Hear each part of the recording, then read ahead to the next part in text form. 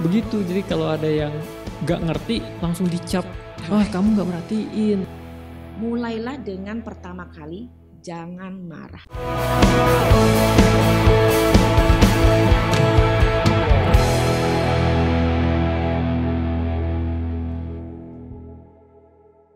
Oke, keren banget Bu. Berarti memang esensi dari mereka belajar adalah memberikan rasa aman kepada siswa maupun guru untuk belajar lagi.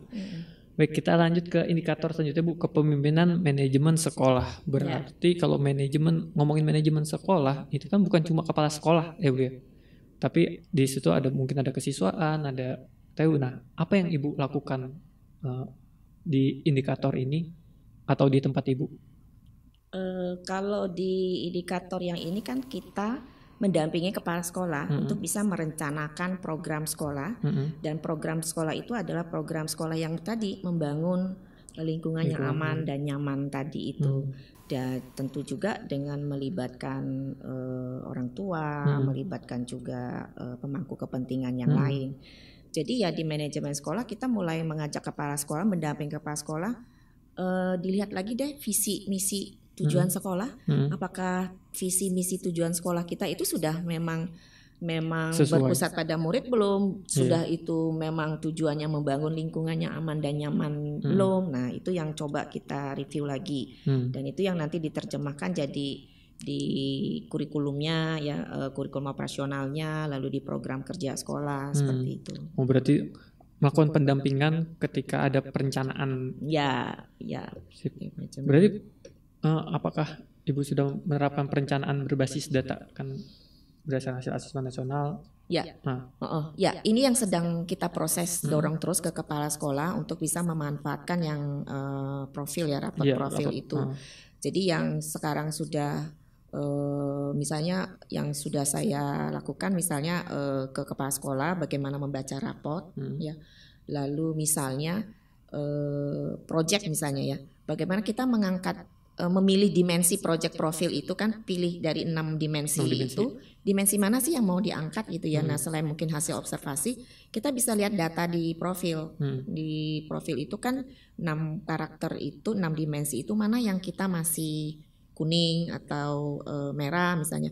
Ataupun kalau sudah hijau semua, sudah membudaya semua dimensi itu, tapi mungkin ada membudayanya capaiannya belum optimal. Gitu. Nah dari sekian banyak yang sudah hijau, mana yang belum optimal, itu kita pilih, kita angkat untuk jadikan dimensi yang perlu tingkatkan di proyek penguatan profil pelajar Pancasilanya. Itu salah satu yang simpel lah ya, di memanfaatkan data ini.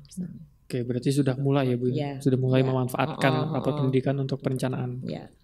Keren. Indikator yang terakhir ini kepemimpinan pengembangan sekolah.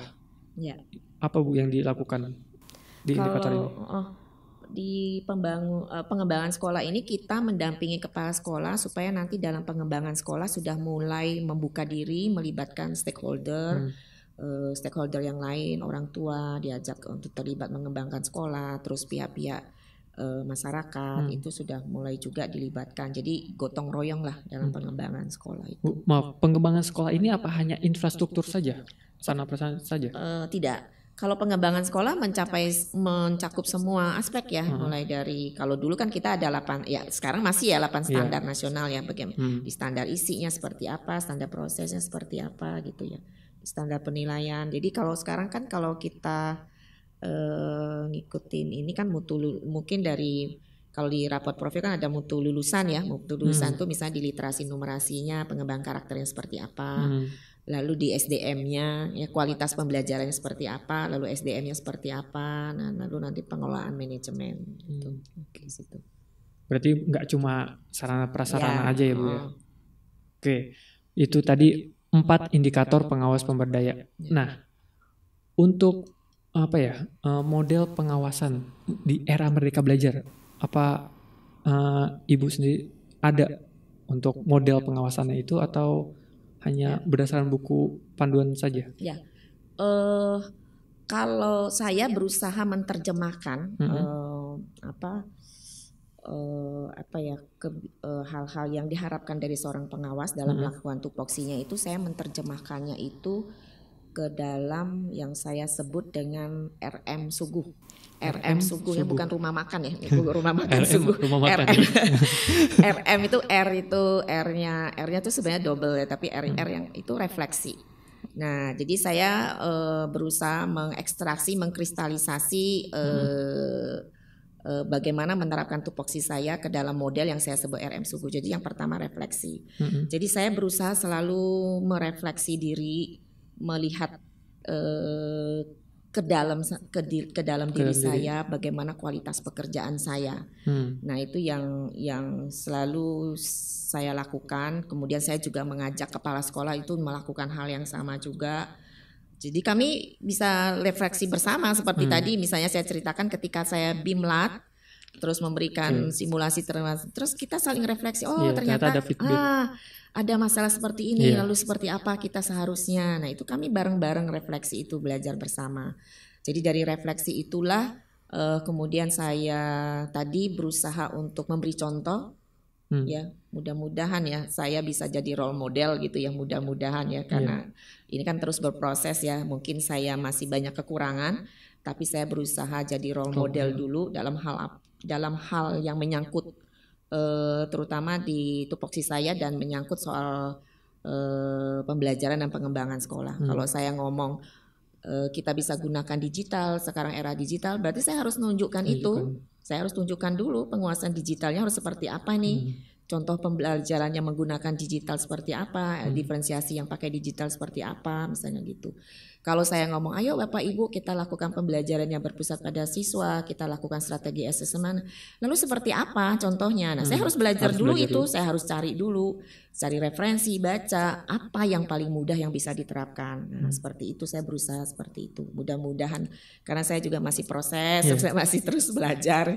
Bukan berarti saya sekarang sudah jadi role model yang bagus, enggak, tapi saya berproses. Sudah mengarah ke situ sih Bu. Berproses menjadi role model gitu, mudah-mudahan.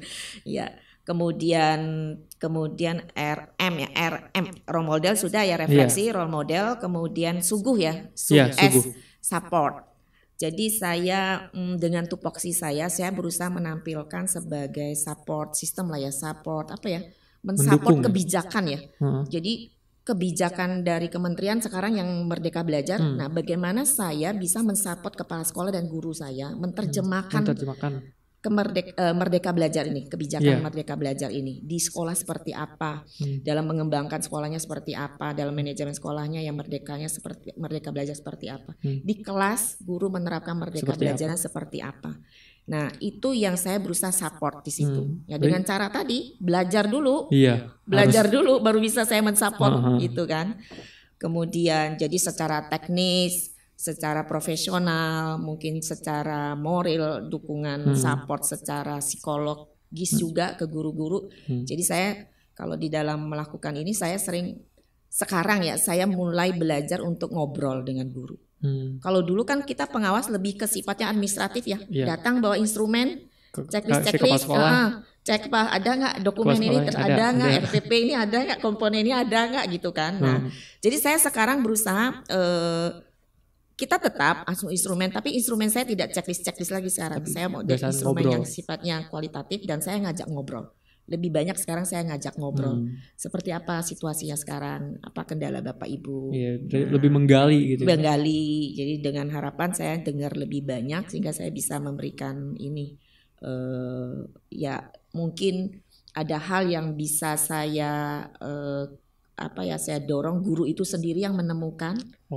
Ya. Jadi ketika kami pengawas itu kemarin saya pelatihan dapat ilmu yang bagus, ilmu coaching gitu ya, coaching itu kan ngobrol tapi ngobrol yang reflektif dan kreatif. Karena kreatif itu di situ akan ada solusi, tapi solusinya bukan dari saya, tapi dari si guru atau kepala sekolah yang saya ajak ngobrol. Jadi saya dorong, saya pancing, saya gali dengan pertanyaan-pertanyaan sampai mereka bisa melihat masalahnya itu di zoom out gitu ya, masalah di zoom out sehingga melihat masalahnya lebih jelas. Oh ternyata ini masalahnya.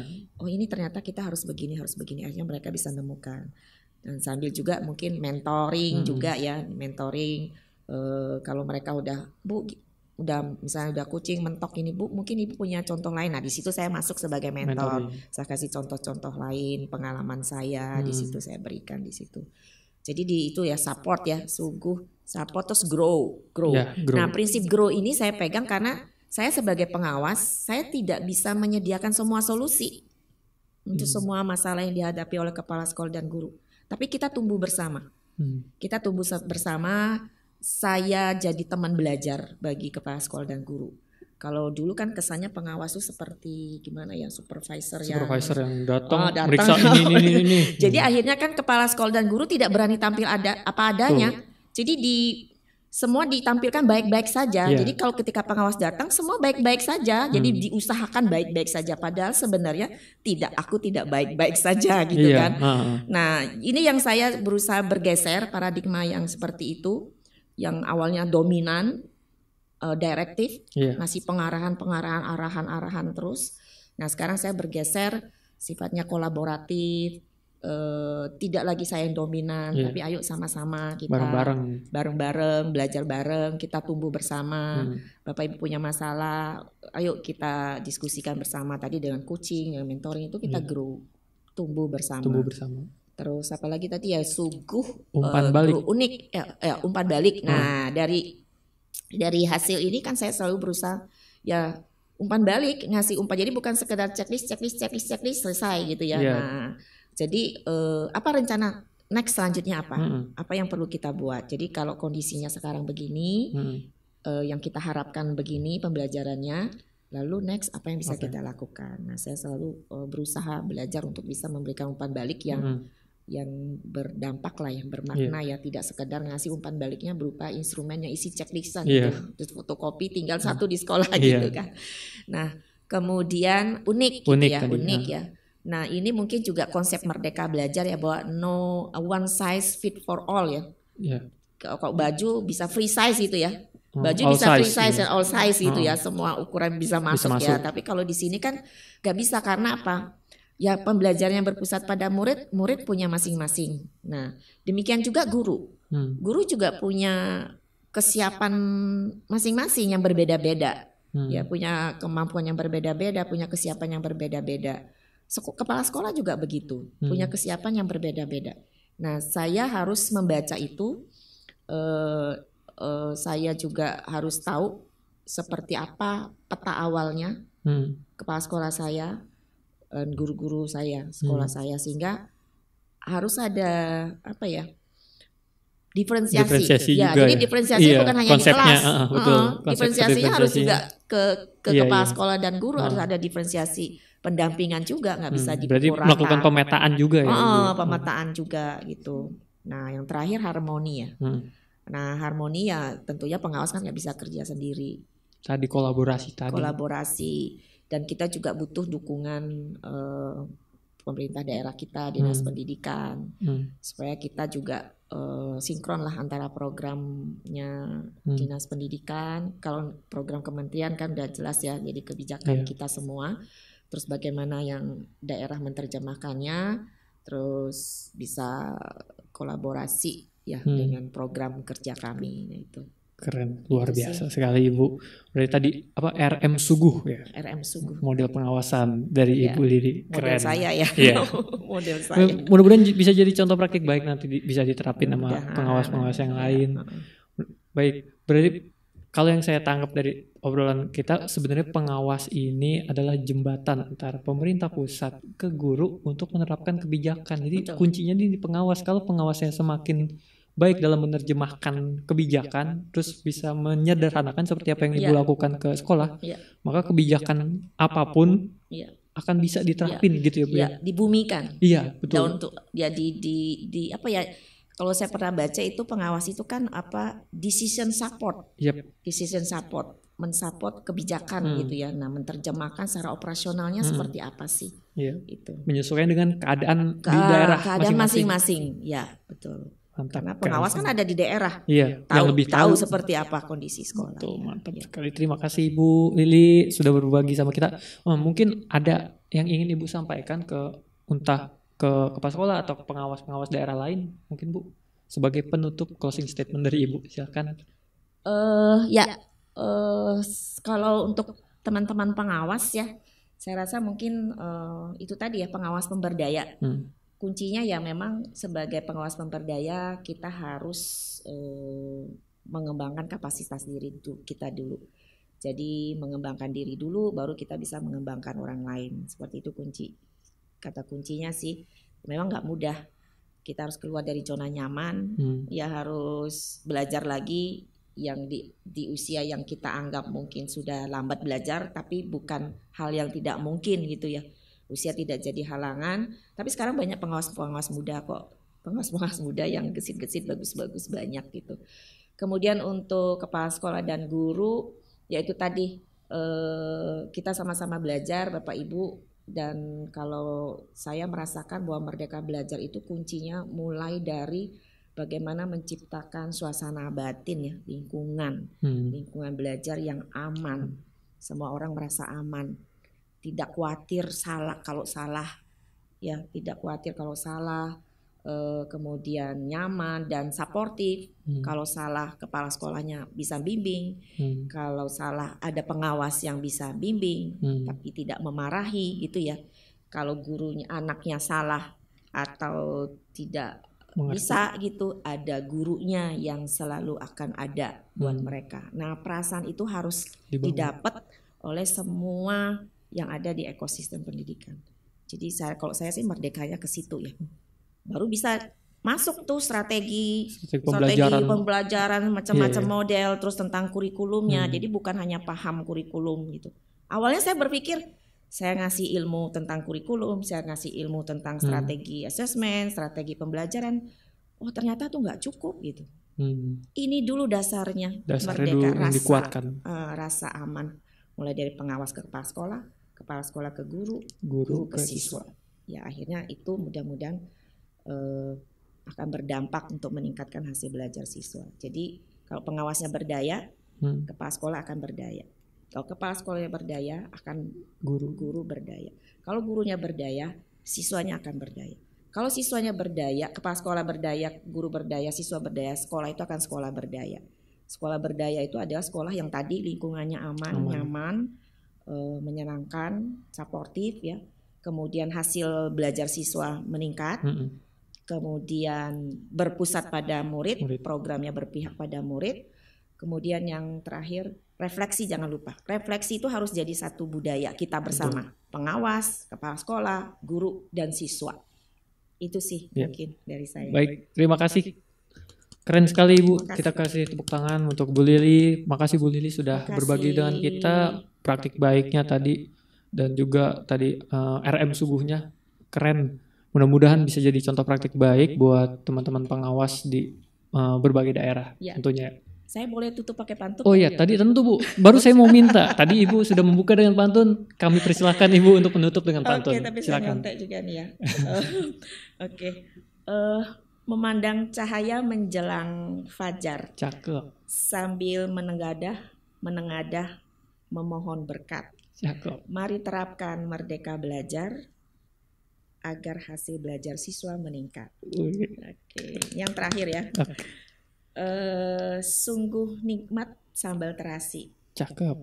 Sambal dimakan dengan ikan nila. Cakep, enak tuh. Pengawas dan guru siap berinovasi mewujudkan profil pelajar Pancasila. Luar biasa Ibu Lili. Terima kasih sekali lagi. Semoga sehat selalu. Salam buat semua di Kepulauan Riau ya Bu. Baik teman SMA, terima kasih sudah menonton episode cerita SMA kali ini. Jangan lupa klik subscribe, like jika kamu suka, dan share jika menurutmu episode ini bermanfaat untuk disaksikan oleh orang lain atau kerabat kamu. Oke, baik saya Bu Yana, mohon pamit. Dah, Assalamualaikum.